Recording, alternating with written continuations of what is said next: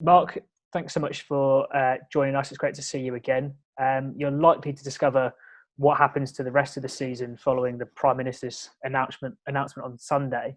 What's your gut feeling going into that? I think he'll definitely start a gradual relaxation of the lockdown rules. Will it have a massive effect on football? Possibly not, other than he may allow training to take place given a right set of circumstances for football clubs. But I still think we're a long way off from being able to play games and allow fans back into stadiums, along with, as I always say, theatres, hospitality venues, concerts, pubs, bars, restaurants, whatever. But I think it'll be the first stages maybe in a plan that we can see some daylight at the end of the tunnel. But whether that will be enough for the next, from Sunday to say the next 1 to 2 months to enable this season to restart, I'm not sure.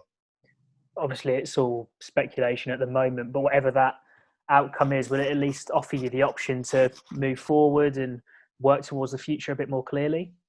Yeah, I think that's what really all businesses, football clubs are looking for at the moment. Just some sort of guidelines as to the timescale and what the thinking behind it may be, and what may be milestones to enable X event to happen. I.e., in the case of football, firstly training, then games, and then ultimately, hopefully, fans back into stadiums. I'm sure, as with the football clubs themselves and businesses more generally, the prime concern is obviously doing it in a safe manner, so that we can gradually get everyone back to work in an orderly fashion and over the shortest period of time possible, without obviously jeopardising anyone's health and safety. But as I've been saying for a while now, and you've got to be careful what you say, because people take it that you're being too dismissive, and I'm being far from dismissive of this pandemic. But life carries risks. Generally, getting in a car, going up to London when there's terrorist threats, any major city, travelling on a plane, there is inherent risks in everything that we do. Are you ever going to take those risks away? No. But what you can do is limit them to and minimise those risks to the least possible common denominator to make it as safe as possible. But unfortunately, in life generally, there is risks, and that's not a football issue. That's just a wider social issue that being human and living in a society where you mix with other people, that is just a fact of life. Players out of contract will be right up there with the things to sort out once you've got a clear idea of what's going to happen. Have you and Kenny got any idea about who's being retained and who's being released? Well, I think there was a pretty clear picture pre-COVID-19 of where we were going in regards to players generally. As with most businesses, we've had to adapt to the current climate. Unfortunately, economics are a key part of any business strategy, and the economics have changed substantially since February, March, when a lot of those decisions and thought processes between myself, Kenny, Tony, the board were made, and the players themselves. So all we can do is just really keep doing what we're doing at the moment, keep looking for, barometers where we can see maybe things starting to change that will change our thinking. But at this moment in time, I'm sorry to be so vague, that's not my style, but until we know, one, when football's going to restart, and two, when it's going to restart with supporters in stadiums, which is our economic lifeblood, our main revenue source, it's very difficult to start plotting what we're going to be doing next year in regards to players, because there could be a scenario on one extreme where we take a view that we don't believe fans are going to be allowed into stadiums, maybe going into next season and beyond. And that changes our economic outlook in regards to the player budget. And we may end up in a situation, unfortunately, where we're going into next year with as slimmed down squad as we possibly can. And as you know, I've been arguing strongly to keep the loan and transfer window open, and then just use that for your flexibility to manipulate your squad and manage your squad next season. And I assume, as with any business, that is the sensible thing to do. It's unfortunate, but a lot of businesses, a lot of clubs at the moment are hanging on, and to start committing ourselves to long-term deals at this moment, where we don't know exactly what the economic situation is going to be in the next month or 6 months or a year just seems a little bit foolhardy to me at the moment. We spoke to Kenny the other day about the potential of losing good players for the game for good. Do you see that happening, potentially players that are having to move further and further down the pyramid? Potentially, yeah. Unfortunately, as I say, it's where we find ourselves, and it's not just at Portsmouth, it's at other clubs as well.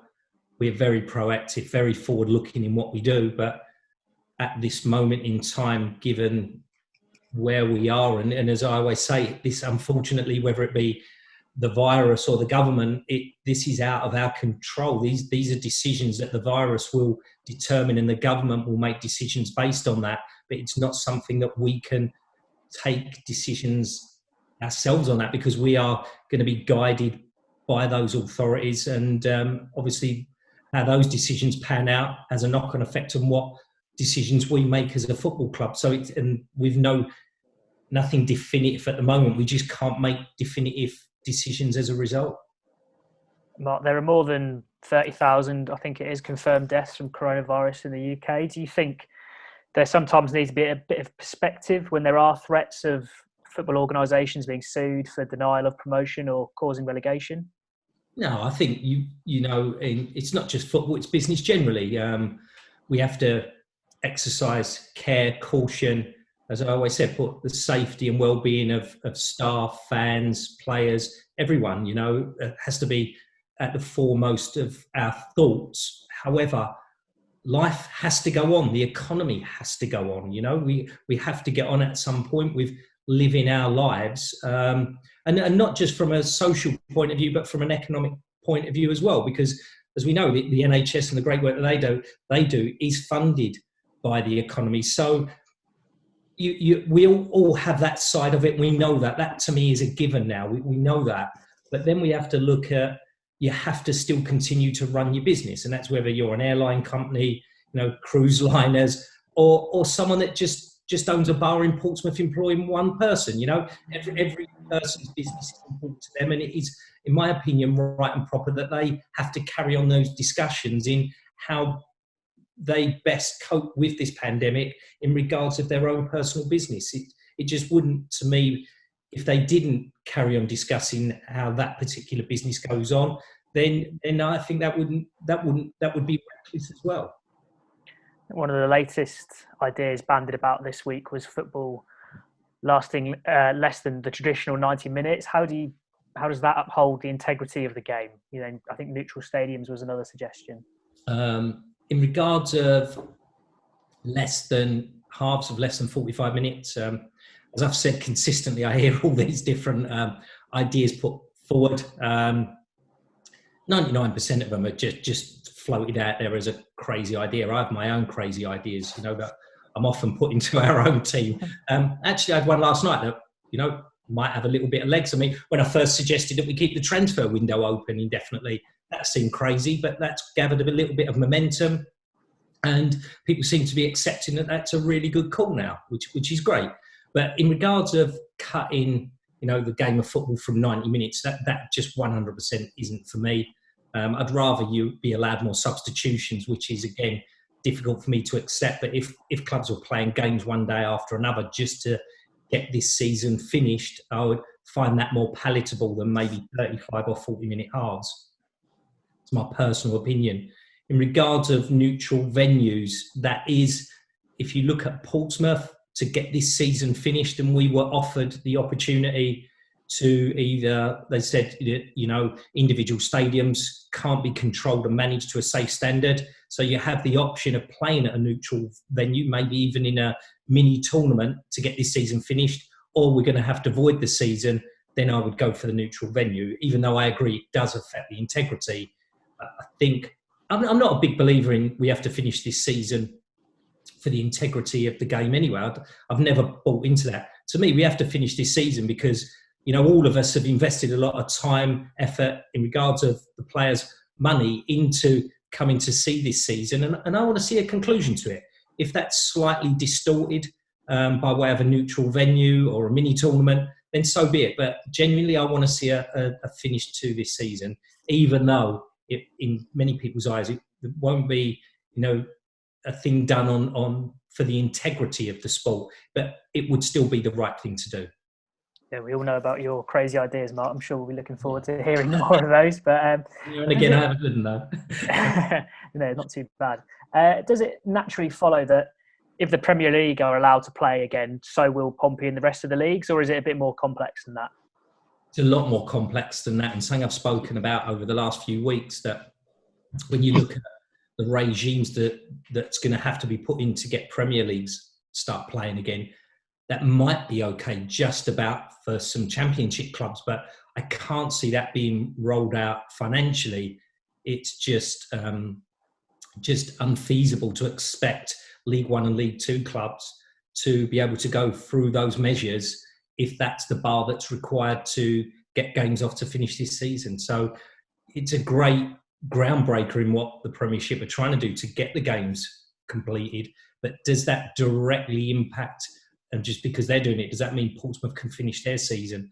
I very much doubt it, unfortunately. There's tentative plans in place that are being put in place for the workplace to return to some kind of normality. Are Pompey ready for that? Yeah, definitely. I mean, we've been chomping at the bit to get back really from day one. Some people can work from home, great. You know, there's a lot of our staff. I mean, we've started, as I say, we started those discussions almost from the off, but some people need to be at the place of work for that creativity and that interaction with other members of staff. Initially, we wouldn't be, saying that people, it was obligatory to come back. That would be everyone's choice. It's probably not going to be 9 till 6. It'll be a few hours. But gradually, if it's a positive response from Boris on Sunday, and I feel like everyone's waiting for Boris Johnson's address on Sunday, like a big State of the Nation president type address. If he comes out there with some positivities and a slight relaxation, then I'm hoping as from Monday, a few of us will start the trek back to work and the trying to achieve some level of normality then over the coming weeks and months. It has been in planning. I know quite a few of us individually have had to go into the office for odd bits and pieces, files that were in there that we needed, bits of paperwork, whatever. And it does feel weird walking in there and there's no one in there. It's just really eerie. I don't think it'll be back to normal for many months to come, but as an organisation, we have to get the wheels going again. We have to start the process of getting back to some level of normality, and hopefully that can be as soon as Monday, and we are ready for it.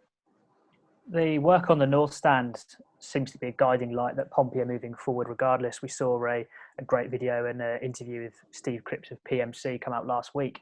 That looks like a good decision to do that now. How is it coming along? Yeah, really, really good. As I say, I'm on trips to the office to pick some, paperwork up or whatever's required.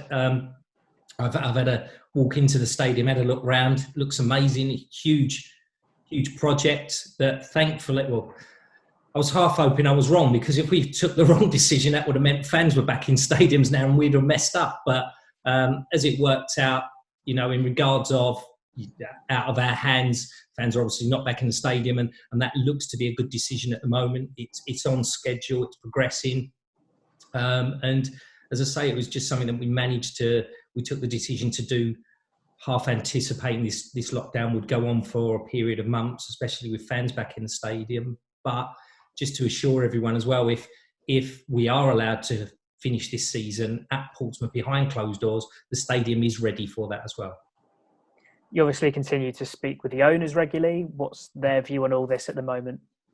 Well, especially, Michael went into Disney with it on its knees and hundreds of millions, billions in debt, was about to fold. So this is not, he's got many and varying businesses. He's got great experience. He's got an amazing team around him that never interfere in anything that we do at the club, but they're there, they support, they give guidance, help. I'm on a call with him later, so he's there, but purely, say, to help and assist, give us that assurance. And it is, as I've said consistently, it's great having him behind the scenes with his knowledge and experience and a team around him. Andy, Eric runs his own business, as does Anders Breck. So it's a family that's business orientated and have got a wealth of experience and knowledge. And I wouldn't want anyone else around us as a club at this moment in time to guide us through what is a crisis for us, but it's a mitigated crisis because of that support level that we've got. When I'm talking to other clubs and the situation that they're in, I'm sort of keep my mouth shut because, you just don't want to say, well, we've got this, we've got that, we've got owners that are doing this, so we are in a very, very good position, and long may that continue.